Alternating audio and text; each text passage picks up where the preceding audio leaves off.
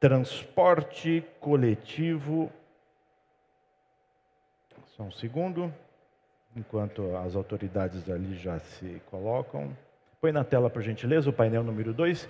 Custeio e investimento no transporte público. Esse tema extremamente importante, colocado de maneira muito clara pelo ministro. E neste painel teremos aqui a apresentação de políticas e instrumentos de financiamento para a infraestrutura, frota e descarbonização do transporte público. Para fazer a mediação deste painel, vamos chamar Armando Guerra, Júnior, presidente executivo do CEMOB, aqui à frente, ao qual peço uma salva de palmas. E os painelistas serão Rafael Pimentel, chefe do Departamento de Mobilidade Urbana e Logística da Diretoria de Infraestrutura, Transição Energética e Mudança Climática do BNDES. Uma salva de palmas para o Rafael. Carisa Maia Ribeiro, que é coordenadora regional de operações público e privada do Banco Interamericano de Desenvolvimento, BID. Salva de palmas a Carissa. E o Boris Henrique Utria, assessor para o Brasil e América Latina do Banco Asiático de Investimento em Infraestrutura, AIIB. Uma salva de palmas a todos eles. Armando Guerra, você com a palavra. Fique à vontade.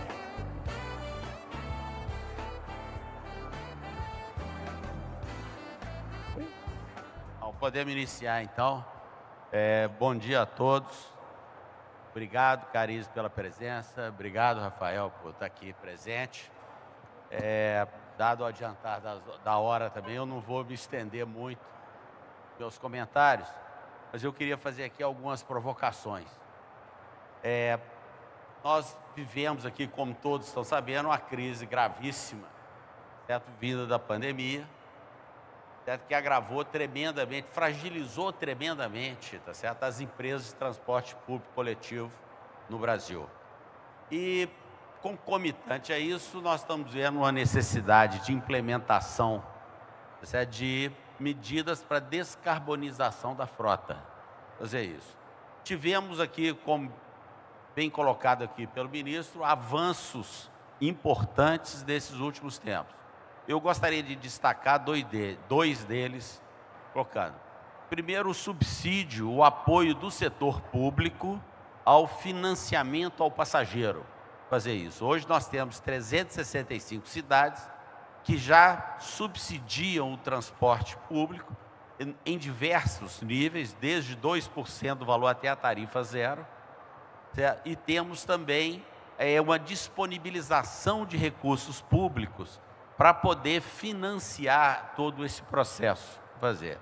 Então, a minha provocação para vocês aqui fica, que se coubesse, nós tivemos oportunidade de debater, ficaria em dois pontos. O primeiro ponto é o questionamento que existe, o debate que existe sobre se nós devemos priorizar o investimento na infraestrutura viária, criando corredores de transporte, investindo em tecnologias como o Euro 6, para poder reduzir, tá certo, o nível de emissão de CO2, ou investir pesadamente, tá certo, na eletrificação.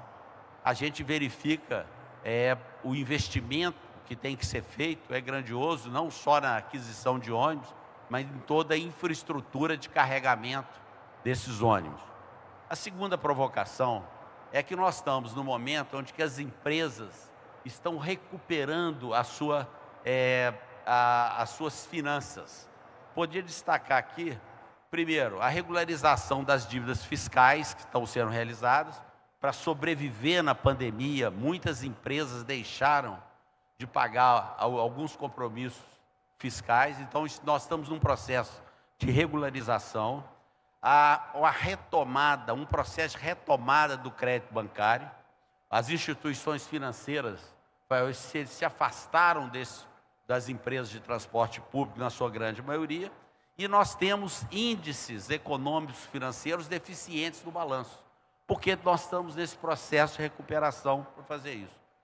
não seria interessante a gente criar alguns instrumentos financeiros específicos para financiar o setor, aonde que nós não teríamos que correr nesse caminho normal, ir ao banco para poder levantar o dinheiro, pagar o spread do banco privado, depois pagar o spread do BNDES ou de um banco estatal, tá certo? Há um custo que às vezes é subsidiado, mas que o custo total acaba ficando grande e com a falta da condição de obter o crédito, torna o processo bem difícil. Então, a minha provocação fica assim: se a gente cria instrumentos, alguns tipos de fundo, aonde que poderíamos usar os recursos da bilhetagem eletrônica para dar garantia ao agente financeiro, se essa não seria uma possibilidade que nós deveríamos estudar. Encerrando a minha fala inicial, eu passo, Rafael, a bola para você fazer a sua apresentação. Oi, bom dia. Primeiro, agradecer aqui o convite mais uma vez. Fico honrado aqui em poder falar em nome do BNDES. Eu tenho uma apresentação, acho que eu vou tratar aqui das provocações do Armando através de alguns ângulos diferentes. Eu vou ter que passar aqui, gente, rapidamente por alguns pontos. Se vocês depois quiserem aprofundar o entendimento a respeito de algum deles, no final aqui tem o e-mail nosso do Departamento de Mobilidade Urbana do BNDES, que aí vocês fiquem à vontade para entrar em contato e aí a gente fica à disposição aí para esclarecer. Essa apresentação, gente, eu vou fazer uma abordagem um pouco mais aberta sobre a atuação do BNDES, porque esses assuntos que o Armando tocou, acho que não são um assunto meramente de crédito, né? Tá, obrigado. Não se trata apenas de instrumento financeiro, né? E é uma coisa que o banco, né, todo evento que a gente vai, Cariza também, a gente sempre fica falando muito de ter bons projetos, né? E eu acho que bons projetos passam por isso que o Armando falou. É você ter uma boa estrutura de garantias, é você ter mitigadores de risco para os financiadores, para os próprios operadores, né? Porque os operadores também ficam muito submetidos ao risco público, né? Então, enfim, vou começar aqui falando. O BNDES, assim, ele tradicionalmente é conhecido pelas atividades de crédito, né? Mas a gente tem cada vez mais se empenhado em atuar, né, de outras formas, principalmente aí na parte de estudos e projetos, né, na estruturação de projetos e na realização de estudos de mobilidade urbana, na parte do crédito, né, financiamento à aquisição, financiamento aos empreendimentos de mobilidade, o financiamento à indústria, e na parte de garantias, que é uma coisa um pouco mais recente, mas que o banco está se empenhando bastante, que é uma forma do banco compartilhar o risco dos projetos com outras instituições financeiras. Então, o BNDES pode prover, né, fianças, uma fiança bancária, portanto, a outros bancos que sejam credores de projetos de mobilidade. Qual é a importância disso? A importância disso é porque muitas vezes eu tenho uma situação de funding mais favorável, né, de algum outro credor, e que aí a forma mais interessante do BNDES participar é através de uma fiança, compartilhando o risco e não dando funding, né? Tem uma outra possibilidade de garantia que a gente está desenvolvendo, que é justamente uma garantia dada às SPEs, né, a empresas, né, que estão ali prestando serviços, que recebam contraprestação no âmbito aí de uma PPP, né? E aí, então, o banco ele assume o risco público também, né, o risco dessas contraprestações. Esse é um produto que está em desenvolvimento aqui junto com o Estado de São Paulo, obviamente pensando aí em projetos mais de PPPs. Mas eu vou explorar mais os dois primeiros temas ali, estudos e projetos e crédito, mas como eu disse, quem quiser entender mais de garantia é só falar com a gente. Então vamos lá. Primeiro falar, né, eu vou passar rapidamente aqui, na parte de estudos e projetos eu vou chamar a atenção para três tópicos aqui. Primeiro, né, são os estudos de viabilidade que a gente chama, que são estudos que são muito mais baratos do que aqueles normalmente feitos numa estruturação de um projeto, portanto, assim, são uma etapa meio que anterior a uma estruturação de projeto, em que a gente faz ali algumas estimativas, alguns testes para ver se aquele projeto tem viabilidade ou não tem, né? Por que é importante isso? Os projetos de mobilidade eles são muito difíceis de parar de pé, né? Porque são intensivos em CAPEX, em OPEX, a necessidade de subsídios, né, muito elevada. Então, você faz ali um primeiro teste e esses projetos aqui que estão elencados, e aí, enfim, tem projetos de BRT, de VLT, até de teleférico, são projetos não reembolsáveis, né, são estudos não reembolsáveis feitos com recursos do KfW, né, o Banco Alemão, em parceria com o BNDES. E, uma vez identificada ali a viabilidade daqueles projetos, aí sim a gente encaminha para uma estruturação que, portanto, vai virar aí um leilão, né, uma concessão pública, né. Mas, principalmente, eu queria destacar aqui a atuação do banco na estruturação de projetos, cada vez mais presente na parte de mobilidade urbana. A gente, tradicionalmente, só fez a CBTU, né? Mas a gente tem se empenhado aqui para expandir a carteira de mobilidade urbana, né? Então, aqui no setor mais de ônibus, a gente tem projeto de eletromobilidade do HIT Curitiba, né, que está sendo tocado aqui pelo time de estruturação, que está aqui presente também. E temos aqui VLTs, né, também uma facility com a EFC para a estruturação de projetos aqui do sistema metroferroviário de São Paulo e o TIC Sorocaba. Mas aí, gente, o que eu queria dar mais destaque aqui? Quando a gente busca esses projetos, né, tanto para os estudos de viabilidade como para a estruturação, a gente identifica uma carência muito grande, né? A gente não consegue nem encontrar projetos para estruturar, né? E sejam de um BRT, seja de um VLT, a gente não encontra esses projetos. Então, a gente viu a necessidade de dar um passo atrás e falar assim, olha, a gente precisa fazer aqui um grande estudo para identificar esse déficit de mobilidade, para identificar o que precisa ser feito.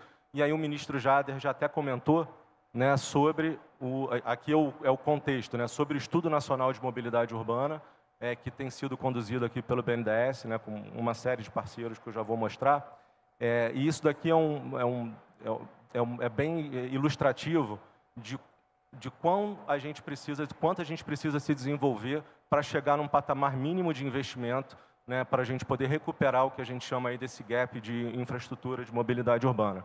Então, assim, se a gente tem, né, um déficit que foi estimado até num estudo feito pelo BNDES de cerca de 360 bilhões na infraestrutura de mobilidade, isso só nas 15 maiores regiões metropolitanas, tá?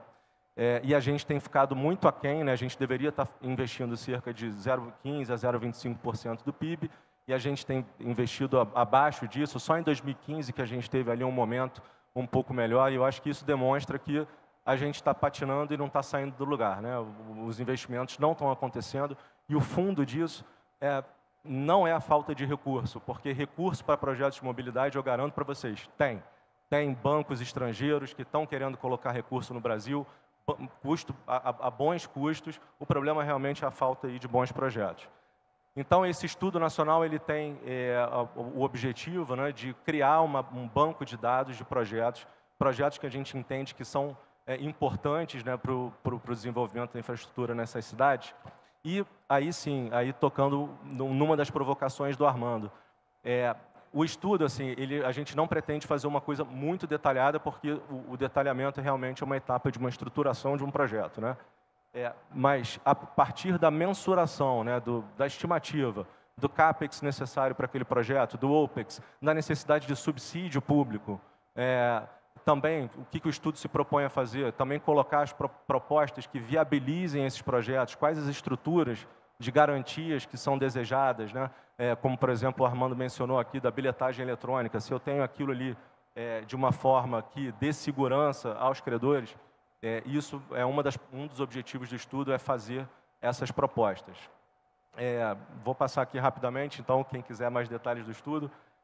E aqui, importantíssimo, a rede de parceiros que a gente construiu, como parceiro estratégico, obviamente, o Ministério das Cidades, como implementador de políticas públicas, né? Então é um grande parceiro nosso, porque não adianta a gente fazer um banco de projeto que não vai sair do papel. A gente precisa ter instrumentos e políticas públicas para poder tirar esses projetos, né?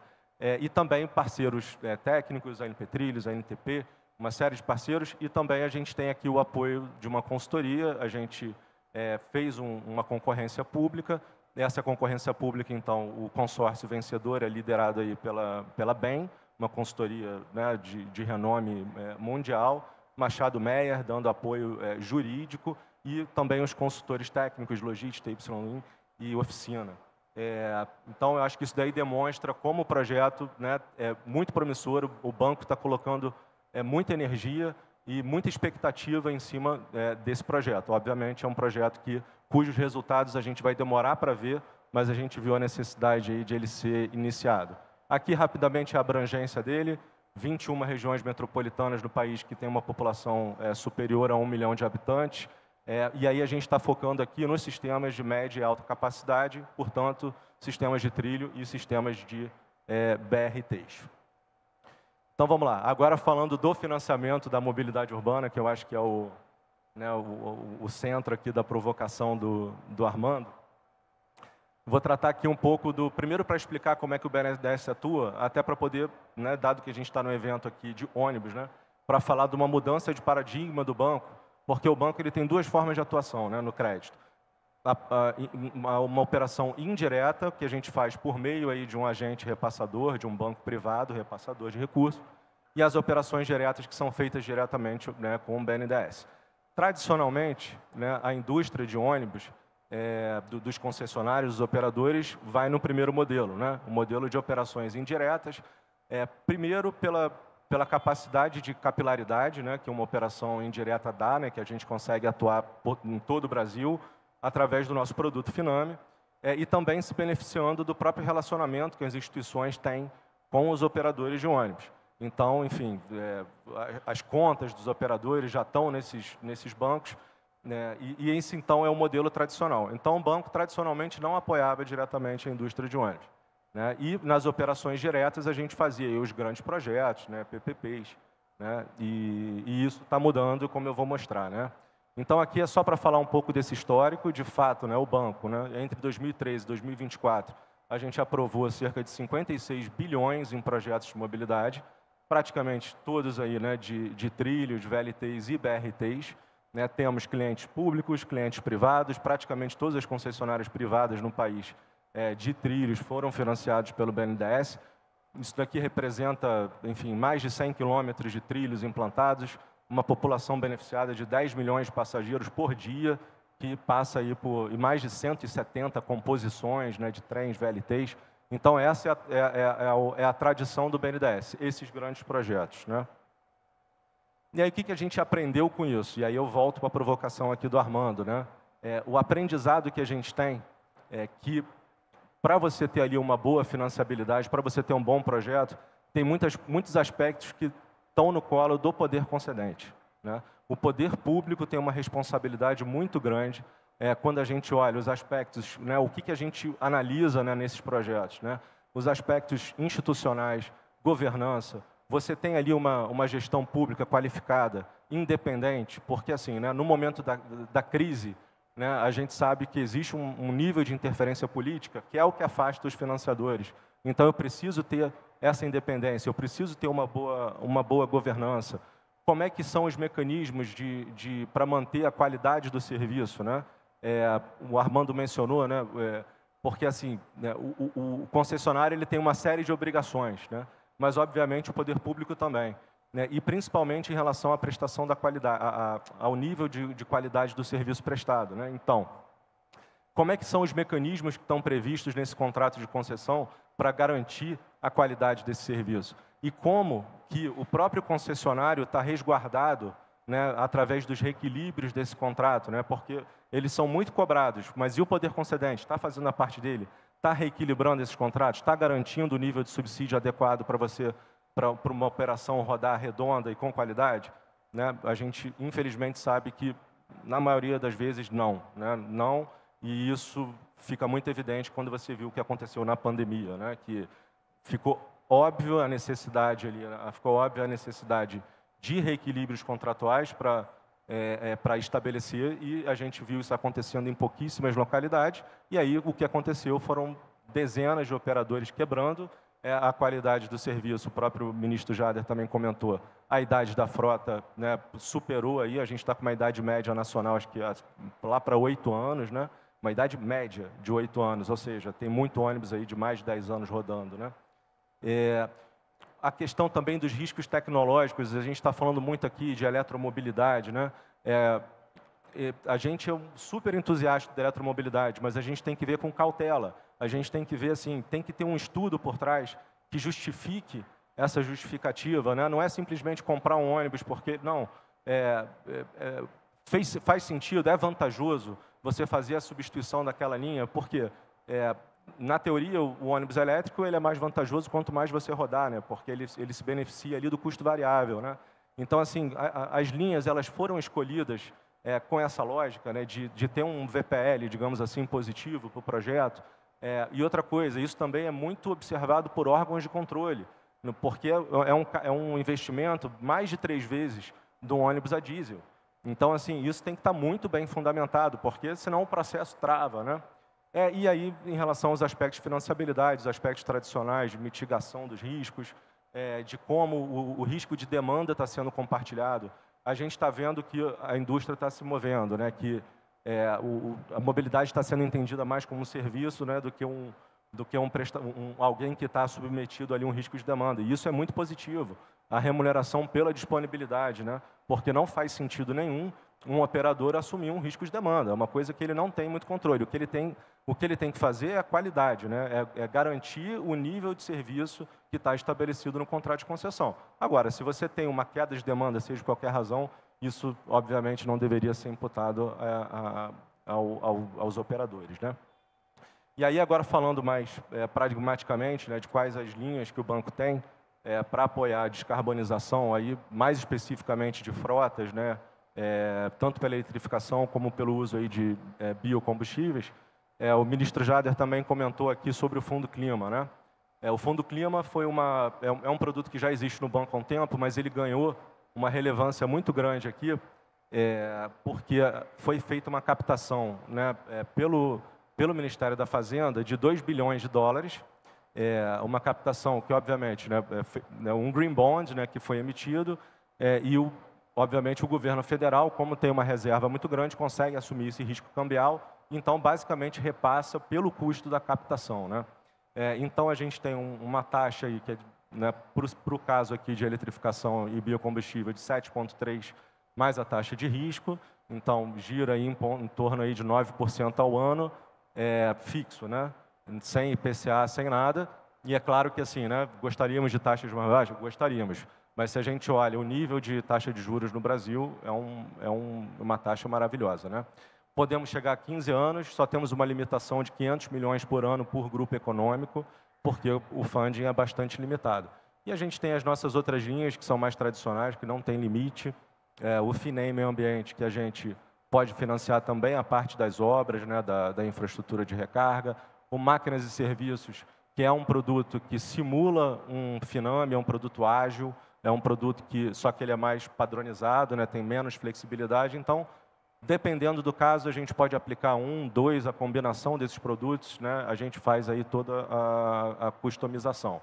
No caso aí de um projeto grande de eletrificação, a gente pode ter uma redução dessas taxas. Se houver aí uma emissão de uma debênture incentivada, o BNDES pode fazer a estruturação dessa debênture também e repassar o incentivo fiscal. Aqui eu vou falar só um pouquinho da parte de credenciamento, muito rápido, que o meu tempo já está acabando. O banco, né, justamente para poder estimular a indústria num processo de nacionalização da tecnologia dos elétricos, principalmente, a gente fez uma flexibilização dos critérios de nacionalização, né? O BNDES só pode financiar ônibus que tenham um conteúdo nacional mínimo, né, estabelecido, e obviamente, assim, né, você não pode exigir que, do nada, né, a indústria, né, consiga se estruturar para isso. Então, é feito um faseamento. Esse faseamento, né, já temos aí, né, 5 grandes fabricantes que têm alguns ônibus credenciados, vários estão aqui expondo, né, a Caio, a BYD, a Eletro, a Marco Polo e a Mercedes já estão credenciadas no banco, né, e, enfim, esse percentual ele vai aumentando, né, chegando ali no nível de 50%, que é um conteúdo nacional mínimo. Isso daqui demonstra, gente, a importância que o banco dá para a indústria, né? O Brasil sempre foi um grande exportador de ônibus, e se a gente não for um polo produtor de ônibus elétricos, a gente vai deixar esse espaço aí para outros países, né?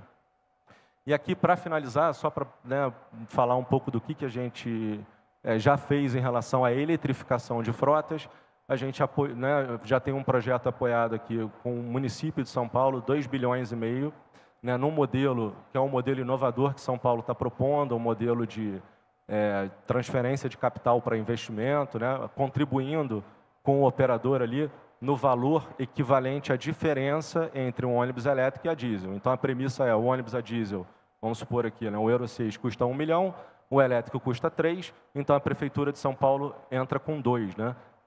Por quê? Porque se você exigir que o próprio operador faça isso, né, aí seria uma discussão longa aqui sobre esses modelos.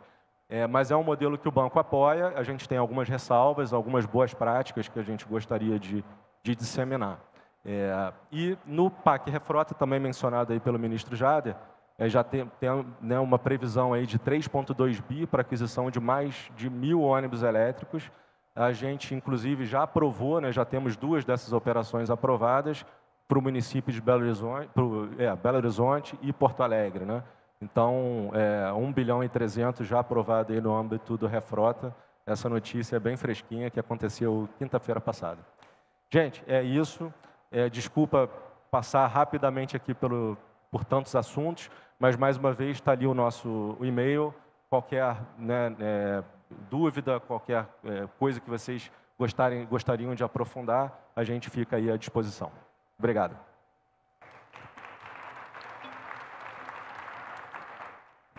Obrigado, Rafael. Vamos passar a palavra agora para a Cariza. Obrigada, Armando. Bem, bom dia a todos. Mais uma vez, obrigada pelo convite. Tenho que agradecer ao Cristóvão pessoalmente e ao Dr. Bicalho. É um prazer estar aqui. E a parte boa de falar depois do Rafa é que ele já falou tudo. Isso foi combinado. Eu pedi para o Armando, pela didática que o Rafa já... Não, mas tem que falar, o que a gente combinou lá. Porque o Rafa tem essa didática e o BNDES é um parceiro. Eu sempre falo que transporte público, eu colocaria uma outra palavra que começa com P, que é a pluricidade do transporte público. A gente não pode falar sobre esse tema sem abrir o ecossistema do que significa o sistema. Né? O Rafa falou muito o sistema bancário, eu vou passar também por isso. Eu não tenho uma apresentação, porque eu acho também que seria bom um debate, até porque eu falei, o Rafa já passou por todos os esquemas de qualquer banco, mas o que eu quero dividir a minha fala em 2 partes. Primeiro, a infraestrutura. Quem faz a infraestrutura e como os bancos se adaptam a essa infraestrutura. Normalmente, no Brasil, a infraestrutura é feita pelo setor público. O Banco Interamericano, e as outras vezes que eu vim na NTU, já trouxe um pouco a parte institucional. Então, eu quero pular para o próximo passo, e a evolução desse entendimento do sistema. Ele vem trabalhando muito a infraestrutura resiliente. Então, é uma infraestrutura que todo mundo conhece, resiliente. Então, tem um componente de resiliência, e eu falo, o Rio Grande do Sul é um exemplo disso, e Porto Alegre é outro exemplo disso. Então, a visão do banco é trabalho, infraestrutura, setor público, resiliência. O outro lado do transporte público é o serviço. Na nossa política, desde 2018, a gente já olha o serviço. E o serviço é dividido em 2 coisas. Usuário, que eu acho que o Bruno, da CNT, falou muito bem o que ele espera e a evolução do usuário. O operador, que presta o serviço. E o equipamento, que tem toda a parte de tecnologia. Então, esse ecossistema, ele não é fácil de financiar. Ele não é fácil de financiar, porque existe um componente em todo ele, que se chama risco. E o risco pode ser reputacional, risco financeiro, risco de sustentabilidade. Então, esse ecossistema eu queria trazer para vocês. Então, não é trivial simplesmente comprar um ônibus. Rafael falou de estudos. Para cada um desses elementos, você tem que ter estudos, você tem que ter conhecimento do que tipo de serviço você pode e o custo. Sustentabilidade não é só clima. Sustentabilidade, ele é transversal a todos esses elementos que eu falei. Além disso, você tem atores. Você tem política pública, você tem o executivo, você tem o setor público e você tem o setor privado. Em tudo isso, alguém vai ter que colocar dinheiro. Também não é trivial. Então, a fala que eu quero trazer sobre um banco de desenvolvimento, que é o BID, e o BID é muito parceiro do BNDES, e a gente trabalha com o BNDES das 2 formas, direta e indireta. A gente passa dinheiro para o BNDES, para ele repassar, pode ser uma micro e pequena empresa, pode ser uma grande empresa, ele faz isso também direto. Então, ele é um grande parceiro financeiro. Além disso, ele é um grande parceiro de conhecimento. Eu falo assim, eu estou até com óculos, porque das últimas vezes eu não usava óculos. Então, essa evolução também de usar óculos, de enxergar o que está perto. Então, também a gente também vai evoluindo, ou talvez envelhecendo e melhorando, né, com as tecnologias. Eu fico muito feliz, porque em 2019 a gente começou a falar sobre o marco setorial. O de água veio, tomou porrada, a gente aprendeu e a gente está levando isso para o transporte público. Fico muito feliz porque o trabalho que a GIZ fez foi um trabalho que o BID começou lá atrás. Então, essas sementinhas, e não existe um ator nesse ecossistema, como eu falei, ele é muito importante a longevidade disso. O ministro falou um planejamento de longo prazo. O financiamento também é trabalhado nesse sentido. Então, Armando, eu vou pegar, nesse contexto, a sua provocação. Bem, o que é bom primeiro? Infraestrutura ou serviço? Os dois. Pensa num aeroporto sem a pista de pouso. Não adianta ter um avião, não adianta ter uma Latam maravilhosa, um Azul maravilhosa, se você não tem infraestrutura. Então, tudo tem que andar muito casado. Porque senão você não dá os benefícios que essa infraestrutura e esse serviço tem que oferecer. Seja ele público ou privado. Então, casado, planejado. E aí os bancos vão olhar isso. Porque todo banco vai olhar um tema que se chama risco. Por que o BNDES não coloca tudo em uma caixinha? Ele não pode colocar para a sustentabilidade fiscal do BNDES. A mesma coisa é o BID, Banco Mundial. A gente não coloca tudo em uma caixinha. Porque isso a gente tem que ter perante os nossos investidores, e o banco é uma cooperativa onde o Brasil é parte e é dono, é muito importante deixar isso claro. As nossas políticas e as nossas demandas são dos países. São 48 países que mandam no banco. A gente trabalha em toda a América Latina e, claro, o tema de transporte público, ele está em toda a nossa carteira. Desde os projetos primórdios de Curitiba, nos anos 70, até as linhas de Curitiba. A gente também faz um financiamento lá, cofinanciando com o BNDES, de novo, parceria. A gente fez isso em Santiago, fez em Bogotá, faz na Argentina. Então, eu acho que o conhecimento, ele é uma coisa interessante e ele não se perde nisso. Financiamento também, quando eu falei de risco, o risco... então, Cariza, o risco não adianta, todo risco tem. Tem. Existe uma coisa do risco que chama mitigação. Para fazer essa mitigação, você tem que saber o que você quer, como você quer, quando você quer e as consequências daquilo. Então, todo banco vai olhar essa matriz de risco versus a matriz de resultados. Então, financiamento, como o Rafa falou, o ministro falou, tem. O que falta? Bons projetos? O BNDES tem uma linha espetacular. O BID tem complementar do BNDES, outra linha espetacular. Então, por que a gente não acessa isso? Né? Tem dinheiro, tem alguns projetos. Porque existe uma questão também, que foi falada no painel anterior, de transparência, de comunicação, de saber onde ir e saber o risco, de novo. Não adianta só comprar o ônibus elétrico e não ter essa consciência que o serviço público na Constituição deve ser alocado de acordo com o risco, e esse risco é público. Hoje, os investimentos, o crédito mais caro é para aqueles que menos pode pagar. Isso não é só no setor, não. Em qualquer crédito bancário, paga mais quem tem menos condição. Por quê? Por conta do risco. Uma conta é simples. Agora, o que eu posso fazer, então? Bem, aí vem a parte mais interessante e eu falo que o sistema de transporte público na região, não estou falando só do Brasil, ele tem que se transformar. Ele tem que sofrer uma metamorfose. Não adianta ser lagarta e continuar comendo a folhinha se você não tem a pretensão de ser borboleta. Existem vários empresários que estão mudando o modelo de negócio, o que não é fácil. Não é fácil. Mas, à medida que eles vão avançando, conhecendo a tecnologia, conhecendo os benefícios e o usuário, isso está acontecendo. Eu não vou fazer propaganda de nenhuma cidade, mas existem algumas cidades no Brasil que já sacaram isso. A questão do clima, ela é fundamental. Eu sempre brinco que dos primeiros cadernos da eletromobilidade foi o BID que apoiou dentro de um fundo climático. O Araldo estava aqui e ele sabe muito bem disso. Lá em 2016, o que foi feito para a gente avançar nessa área, e foi uma gama de consultores trabalhando junto com a gente para entender Eletromobilidade tem duas partes, a parte elétrica e a parte de mobilidade. A primeira coisa é o que você quer resolver. E aí eu passo uma pergunta para vocês. Quem já usou um ônibus elétrico? Vocês entraram no ônibus e já sabiam que era elétrico? Ou vocês foram induzidos a ser? Porque existe uma diferença quando você entra no ônibus elétrico e quando um ônibus é a combustão. Mas a grande maioria não sabe que está entrando no ônibus elétrico. Tá? Então, a eletromobilidade ela é uma questão de política pública. Lembre-se disso. Quem aqui tem carro elétrico? Quem levanta a mão? Carro elétrico. Por que vocês trocaram o carro a combustão pelo elétrico?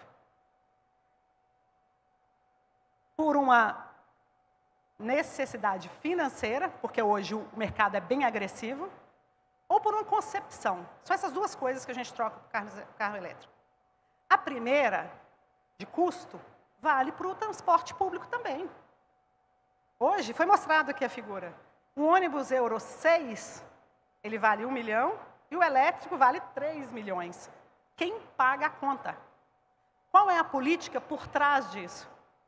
É a climática ou é de melhorar a mobilidade? Eu não vou responder porque cada caso é um caso, mas tem que ser olhado isso. Então, esse é um contexto. Cariza, como banco, o que o banco então faz? Bem, eu olho isso. Se você tem uma transparência, se você quer melhorar o seu plano de negócio, mas existe um componente de risco, o banco ajuda no componente de risco, indo no fundo clima e fazendo um fundo concessionado, trago isso para o meu cliente e ele consegue mitigar aquele crédito que estava grandão, diminuir. Muitas vezes a fundo perdido. Isso vai durar? Não, porque a gente também está num processo dinâmico de aprendizado. Então, existe sim financiamento concessionado, não é para todo mundo. Você tem que ter compliance, acho que a Lu falou isso muito bem, a Luciana. O termo ESG, ele não é só 3 palavrinhas, ele tem grana envolvida ali. Então, se você faz a sua governança, se você é transparente, e talvez as suas finanças sejam boas, mas não seja o ideal, a partir do momento que você junta aquilo dali, e você leva para um banco, como um multilateral como o BID, a gente inicia um processo de transição. E essa é outra palavra que eu quero. Eu falei colaboração, transição. O transporte público precisa entrar nessa veia de transição. Porque senão vai perder o bonde, ou vai perder o ônibus. Então essa transição, ela não é fácil, mas ela é necessária. De novo, existem algumas cidades no país, cidades no país que está fazendo essa transição. Muito consciente. Porque no final, se funcionar, é tic-tic, dinheiro no caixa. Se funcionar, isso significa que tem benefício. Então, transição é a segunda palavra. E clima tem muito dinheiro. Hoje no mundo se fala em 33 trilhões de dólares para recursos verdes. E o que é isso? Pode ser um montão de coisa, e essa é a parte boa. Mas a parte ruim é onde eu começo a descobrir onde é que estão esses indicadores que eu preciso promover. E aí vem para a minha última fala, que é o setor privado. O setor bancário, ele procura projetos que tenham uma redução na pegada de carbono, de selo verde. Ele procura, ele está sedento por isso. Por quê? Porque os clientes, que foi falado muito bem no painel, precisam disso. Estão pedindo isso. Então, o banco hoje, ele tem várias linhas de crédito, como eu falei, para o privado, concessionado, mas você tem que estar com a carteira muito bem estruturada. Não adianta vir, eu tenho tantos ônibus. Não, querido, não funciona desse jeito. Nenhum banco funciona. Então, quem é organizado, que é a governança que foi falada aqui, corporativa, consegue avançar utilizando esses créditos verdes que existem no mundo. O banco tem algumas linhas de crédito, a gente tem os bônus, que foi falado. O próprio Fundo Clima é um bônus, onde ele tem uma matriz de indicadores que o Brasil tem que cumprir através de quem utiliza aquela caixinha. Então, se você vai no BNDES, ele vai te dar uma lista. Você tem que cumprir isso aqui. Mas isso não é só o BNDES, é qualquer banco. Porque no mercado financeiro, ele tem que mostrar essa tabelinha falando, olha, desses 1000 projetos, está aqui a tabelinha que eu cumpri. E por isso eu consegui reduzir emissões. Isso funciona para o BID, funciona para o BNDES, para o lado público e para o lado privado. Então, modelo de negócio, é a minha última fala. Se continuar o modelo de negócio que existe hoje, foi falado, não foi por mim, foi falado pelos outros painéis, inclusive pelo ministro, vai falhar. Vai degringolar, como diz no interior de Minas. Não vai funcionar. Colômbia é um exemplo disso. Equador é um exemplo disso. Chile é um exemplo disso. Então, todos esses governos estão hoje olhando como está a saúde do sistema de transporte público, inclusive usando isso como ferramenta política. Então, de novo, a indústria precisa se estruturar dentro desse ecossistema. Ela precisa evoluir, e não é só tecnologia. Eu achei ótimo quando eu entrei aqui, parabéns de novo à MT1. Eu me senti numa nave espacial, acho que a foto que eu tinha que trazer era uma nave espacial. O tanto de óculos 3D, tanto de tecnologia, a gente tem que absorver disso. Mas isso é parte de uma mudança de plano de negócio. Eu gostei muito da fala do ministro, porque ele traz uma esperança. E essa evolução dentro do evento é notável, mas falta a conscientização do setor de novos modelos de negócio, principalmente no pilar de clima, que já está acontecendo. Então, parabéns também pelo BNDES, porque isso é na veia a realidade e a materialização de uma fala que foi feita aqui há 6, 7 anos. Está pronto? Já está pronto? Claro que não. Muito trabalho. Então, a única coisa boa é que a gente vai ter trabalho para caramba nos próximos 20 anos. Mas, modelo de negócio atualizado para os empresários é fundamental para manter o sistema de pé. Obrigada. Acho que eu respondi todas as perguntas, não sei. Você foi abrangente na sua explicação. Troca, eu gostaria de passar aqui para poder, ainda teria um tempo, né? Eu queria comentar sobre a questão dos estudos nacionais, que eu acho que é um fato assim, extremamente relevante, importante, para que a gente faça o investimento correto. Tá certo? A gente vê muitos investimentos que são feitos que acabam ficando pelo caminho e não atingem aquela eficiência que é necessária para poder atingir, dar um transporte público de qualidade para os operadores. Então, isso é... Outro fato relevante que o Rafael colocou também é a disponibilidade de recursos. Existem recursos disponíveis para que a gente possa fazer isso. Eu acho que a Cariza também ressaltou esse ponto. Colocar. Vale a pena também falar essa questão que a gente luta no dia a dia nossa, que é a responsabilidade do poder concedente, em honrar os seus compromissos para fazer isso. Às vezes a gente trata o assunto, vai deixando de lado, com medo de enfrentar o poder concedente e acaba deixando os seus direitos de lado, certo?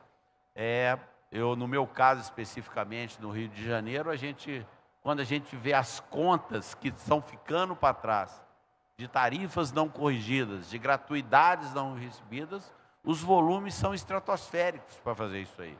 Isso, evidentemente, isso afeta a qualidade do serviço que você está prestando para fazer isso. Na questão da governança, tá certo? Foi um ponto que nós enfatizamos muito no Rio de Janeiro. Eu acho que a nível nacional toda a evolução é muito grande nisso aí. É mostrar à medida a importância da governança do momento em que você passa a usufruir cada vez mais do recurso público. Você tem que dar a transparência necessária, certo? E isso é um esforço que nós estamos fazendo para colocar. Antes de entrar numa pergunta que você me intrigou da colocação que você fez, no caso da Prefeitura Municipal de São Paulo, aonde que nós ficamos sabendo que ela vai arcar com a diferença entre o ônibus elétrico e o ônibus a diesel para fazer isso. Juridicamente, essa operação já está estruturada? Qualquer concessão, né, de qualquer serviço público, o poder concedente ele tem a prerrogativa de fazer exigência de investimentos que não estavam previstos no momento ali da concessão, né, da assinatura do contrato de concessão. E, normalmente, esses contratos de concessão resguardam os concessionários no sentido de que qualquer investimento adicional solicitado ali pelo poder concedente tem que ser ressarcido. Por obviedade, você tem que estabelecer o equilíbrio do contrato. Tradicionalmente, como é que se fazia isso? Ao longo do contrato, né? Você pedia ali para o operador, enfim, fazer algum investimento não previsto, isso entrava nas contas ali da tarifa, e isso é pago ao longo lá dos 20 anos de contrato e tal. Do ponto de vista financeiro, é muito melhor para o poder público pagar à vista. Por quê? Porque ele tem que remunerar, vamos supor, no caso aqui do município de São Paulo, o município de São Paulo resguarda os concessionários que eles vão ter uma TIR, né, um retorno de 9% real ao ano, né, 9% ali acima da inflação. É essa TIR estabelecida contratualmente. O custo de captação da Prefeitura de São Paulo é muito mais baixo do que isso. Então, assim, ou ela vai ser financiada pelo BNDES, pelo BID, o BID também está nesse projeto, né? O operador é que vai ter que se financiar, né? Então, do ponto de vista financeiro, é um modelo que é muito mais vantajoso do que o modelo tradicional. Juridicamente possível, né? A gente fez uma avaliação. Existem muitos mitos, né, gente? Assim, o próprio lance do subsídio, assim, subsídio muitas vezes é palavrão, né? O pessoal fica até acanhado de falar subsídio, assim, subsídio no setor no transporte público no Brasil, no mundo, né? Tem que desmistificar isso. Tem um pouco também da questão da própria imagem dos operadores, né? O Armando sabe muito disso.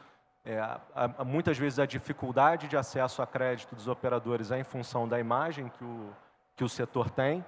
E quando você vê que muitas empresas estão evoluindo nas suas governanças, e a gente tem que começar a separar o joio do trigo, né? Não dá mais para fazer essas generalizações. Mas voltando aqui à pergunta, viável juridicamente, o que o BNDES se preocupa? A gente está aprendendo junto, né? É um modelo que não existia. A gente conversa com a Prefeitura de São Paulo, acho que desde 2019, né? Antes da pandemia, a gente já estava falando com a Prefeitura de São Paulo, porque a medida de eletrificação aqui em São Paulo, diferentemente de em várias outras capitais, é uma lei. Existe uma lei que obriga, né, o município a zerar suas emissões até 2033, alguma coisa assim. Não é uma coisa que veio da cabeça do executivo, muito também se atribui à agenda da eletrificação, a questões eleitoreiras. Cara, é uma lei que já tem anos. Então, assim, estamos aqui cumprindo a lei, né? Então, é um modelo inovador e a gente está estabelecendo aqui o que a gente entende que são boas práticas, né? Principalmente, assim, o grande questionamento que existe esses ônibus eles não estão sendo licitados, né? Quando você fala do uso de recurso público, a primeira coisa que vem à cabeça é uma licitação. Você faz uma concorrência pública. E nesse caso, é adequado? É adequado que o poder público faça uma licitação? Enfim, a empresa está acostumada a trabalhar com um fabricante, e aí o poder público vai impor um outro fabricante porque aquele foi o menor preço. E outra coisa, assim, né? Quando você licita, né, a questão do conteúdo nacional aqui que eu mencionei fica um pouco comprometida, porque a gente sabe que os ônibus chineses eles são mais baratos do que os brasileiros, né? Então, existem alguns mitos ali por trás. Agora, segurança jurídica existe, mas o processo ele tem que estar bem montado para garantir que aquele preço vai ser um bom preço e que você tenha um estímulo do próprio concessionário na negociação desse preço. Ele tem que ter um alinhamento de incentivo do concessionário, do poder concedente, para a redução dos preços de aquisição, para você, entre aspas, aí, simular uma licitação, né? E outras boas práticas que a gente espera em breve poder trazer aqui para mostrar. Você falou uma coisa que eu acho que... Desculpa já, porque eu acho Fica à vontade. essa parte fascinante. Incentivo. Incentivo numa coisa que é nova, se ele não existe, ele não acontece. E ele incentivo pode ser de várias formas, né? Então, eu acho que o trabalho que vocês vêm fazendo em São Paulo, eu falei, aqui o crédito que é para o BNDES, que é o líder, você tem um Banco Mundial, você tem um BID que está junto, porque é uma coisa nova. Então, a questão do incentivo ela é extremamente importante. Subsídio, ele tem que ser visto como um complemento de uma tarifa, principalmente para reequilíbrio da estrutura, e não como um caixa de CAPEX. Então, assim, esses mitos, eles têm que ser quebrados, e a questão da comunicação é extremamente importante, né? Então, eu queria falar um pouco desse incentivo, né? A gente hoje está fazendo, a gente tem um programa que chama BID Clima, onde a gente empresta o dinheiro, o nosso dinheiro geralmente é 1% ao ano, é em dólar, mas é 1% ao ano, dentro dessa estrutura que eu falei com vocês. O BID Clima, ele fala o seguinte, se você cumprir com essa determinação e essa matriz, e desembolsar até 90% do que foi proposto, você ganha um prêmio. Então, esse incentivo é o que a gente está tentando mover o mercado. Então, tem que existir novos modelos de negócio dentro das empresas para poderem fazer isso. O caso de São Paulo, o mundo inteiro está olhando. O mundo inteiro está olhando. Então, assim, é uma responsabilidade muito grande. Mas é um caso que pode virar um caso de sucesso para a nova era desse plano de negócio. Eu acho que são as duas coisas, né? Eu acho que a descarbonização e a pandemia que estão trazendo uma revolução no setor de ônibus, né? É uma necessidade de um CAPEX, de um investimento, né, muito mais alto do que normalmente acontecia, uma preocupação com o meio ambiente muito maior do que existia antigamente, né?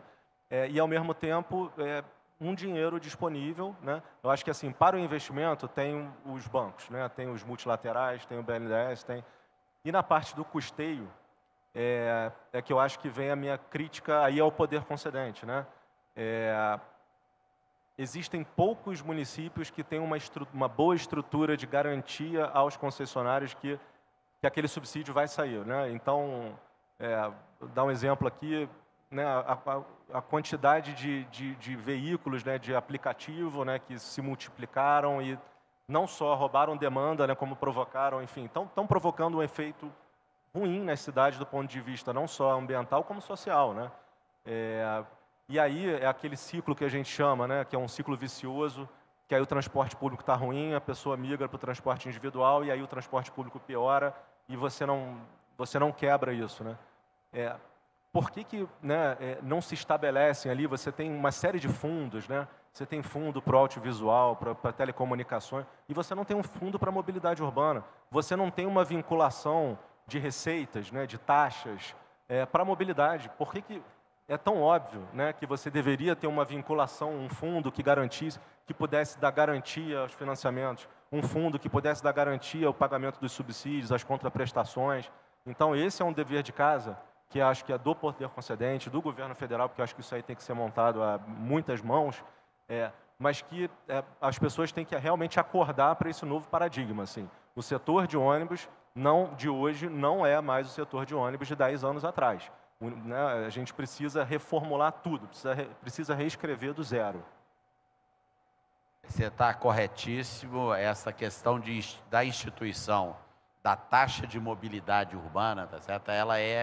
Ela está sendo já motivo de discussão entre nós, tá certo? Para que a gente possa encontrar essas fontes de financiamento para o subsídio público. Já existem algumas fontes de recursos que poderiam ser utilizadas para isso, mas nós estamos estudando para fazer essa proposta para que isso seja viabilizado nesse momento. É que algumas delas não são muito populares, né? Como existem lá fora, né? Os pedágios urbanos, né? Você limita o acesso, aí é óbvio, né? Que para isso você precisa ter um transporte público bom, né? Também, senão você está, né, prejudicando a população. As taxas de estacionamento, assim, parece muito óbvio você tentar buscar recursos do transporte individual, poluidor, né? Que utiliza ali aquela área pública, né? Usar esse recurso em prol do transporte público, né? E assim até estimular a migração, né, do transporte individual para o público, né? É interessante você falar isso, porque nós estamos vendo, pela pesquisa que inclusive foi colocada, a migração para o transporte individual, né? O que está ocorrendo no Brasil. Eu vi uma reportagem interessante da prefeita de Paris nesse momento, onde que ela fala que apenas 4% das pessoas transitam hoje Paris por transporte individual. Ele está usando substancialmente o transporte público para fazer essa movimentação aí. E é um sistema totalmente subsidiado pela indústria. Exatamente isso. Não é só a indústria de transporte, é a indústria de modo geral. Exatamente isso. Cobra das empresas. Né?